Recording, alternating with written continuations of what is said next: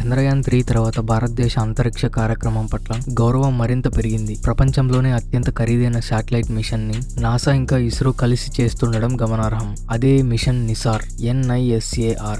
NASA ISRO synthetic aperture radar. ఇది NASA ఇంకా ఇస్రో సంయుక్తంగా అభివృద్ధి చేసిన భూమి యొక్క లోవర్ ఆర్బిటరీ శాటిలైట్. ఇది మన భూమిని 12 రోజుల్లో కవర్ చేస్తుంది.